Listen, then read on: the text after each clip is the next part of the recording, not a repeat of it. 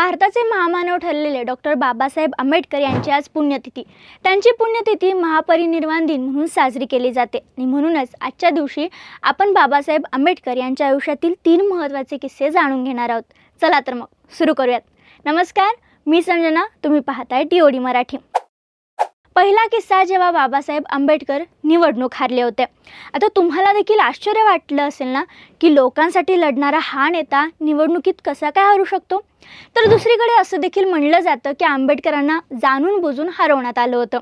तर तो आपला मुद्दा नाहीये, तर त्यावेळी नेमकं काय घडलं होतं ते जाणून घेऊयात। काँग्रेसच्या मतभेदामुळे 27 सप्टेंबर 1951 रोजी त्यांनी नेहरू मंत्रिमंडळाचा राजीनामा दिला। नेहरू सरकारने अनुसूचित जातींकडे केलेल्या दुर्लक्षाचा राग आंबेडकरांना होता असं सांगितलं जातं। यानंतर आंबेडकरांनी अनुसूचित जाती महासंघाची स्थापना सुरू केली। एका वर्षानंतर देशात पहिल्या सार्वत्रिक निवडणुका झाल्या आणि आंबेडकरांनीही त्यात भाग घेतला। त्यांच्या पक्षानं निवडणुकीत 35 उमेदवार उभे केले। आंबेडकरांचा पराभव करण्यासाठी काँग्रेसने याच जागेवरून, म्हणजेच ज्या ठिकाणी आंबेडकर उभारले होते त्याच जागेवरून NS काजोलकर यांना तिकीट देण्यात आलं। काजोलकर हे आंबेडकरांचे माजी सहकारी होते, तेही मागासवर्गीय होते। नेहरूंची लाट इतकी जोरदार होती की काजोलकर 15,000 मतांनी विजयी झाले। आंबेडकर 4थ्या क्रमांकावर होते। हा निकाल आश्चर्यकारक होता। ज्या भूमिपुत्रानं देशाला राज्यघटना दिली, जे त्यावेळी अत्यंत पात्र आणि सुशिक्षित होते, त्यांना निवडणूक जिंकता आली नाही।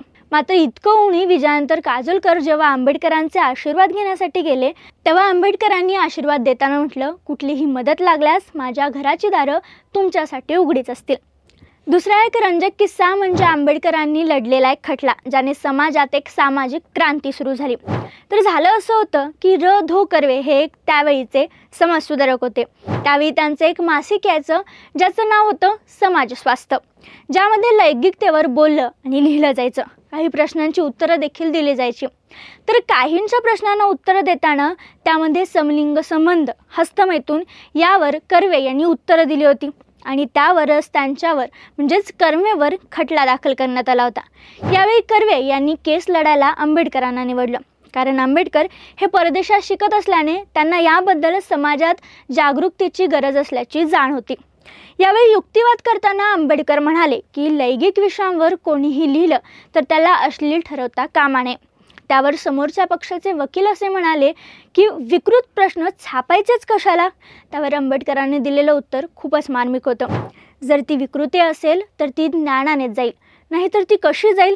पुढे जाऊन हा खटला आंबेडकर हारले, कारण समाजात आणि वकिलांमध्ये देखील म्हणावी तेवढी जागरूकता त्यावेळी नव्हती। त्यावेळी बोलताना लैंगिक शिक्षणाचं महत्त्व किती आहे, हा समाज कोणत्या दिशेला जायला हवा याबद्दल ते बोलत असावेत असं वाटतं। आजही 21व्या शतकात इतक्या वर्षानंतरही लैंगिक विषयावर बोलण्यास विरोध होतो।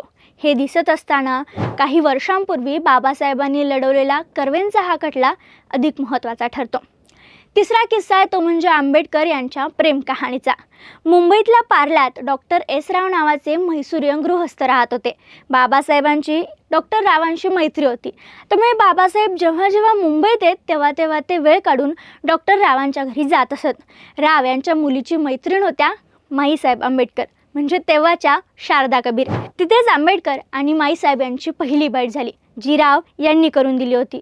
त्यावेळी माईसाहेब मालवणकर सारख्या विख्यात डॉक्टरांकडे ज्युनियर डॉक्टर म्हणून काम करत होत्या। एके दिवशी आंबेडकर मालवणकरांच्या क्लिनिकच्या ठिकाणी गेले, जिथं माईसाहेब ज्युनियर डॉक्टर म्हणून काम करत होत्या। आंबेडकरांना देखील तब्येतीचा त्रास होत होता आणि म्हणूनच राव यांनी त्यांना मालवणकरांकडे जाण्याचा सल्ला दिला होता। त्यावेळी आंबेडकरांच्या अनेक टेस्ट झाल्या, त्यातून आंबेडकरांना अनेक आजाराचं निदान असल्याचं स्पष्ट झालं।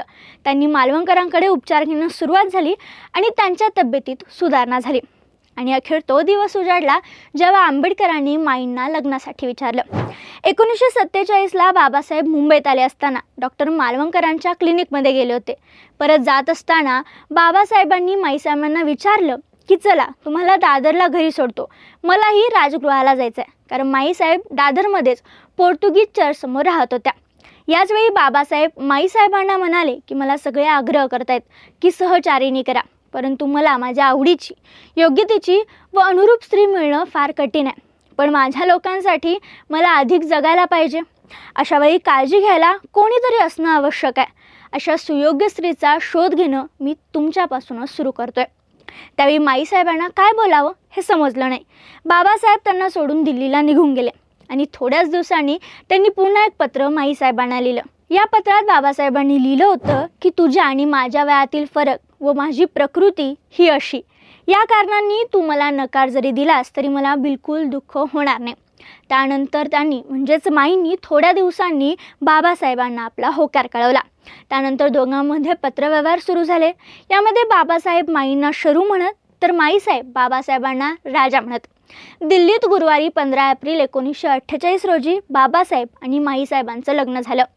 माईसाहेबांनी अगदी प्रेमाने बाबासाहेबांची सेवा केली आणि त्यांच्यावर प्रेम केलं हे अगदी स्पष्ट आहे.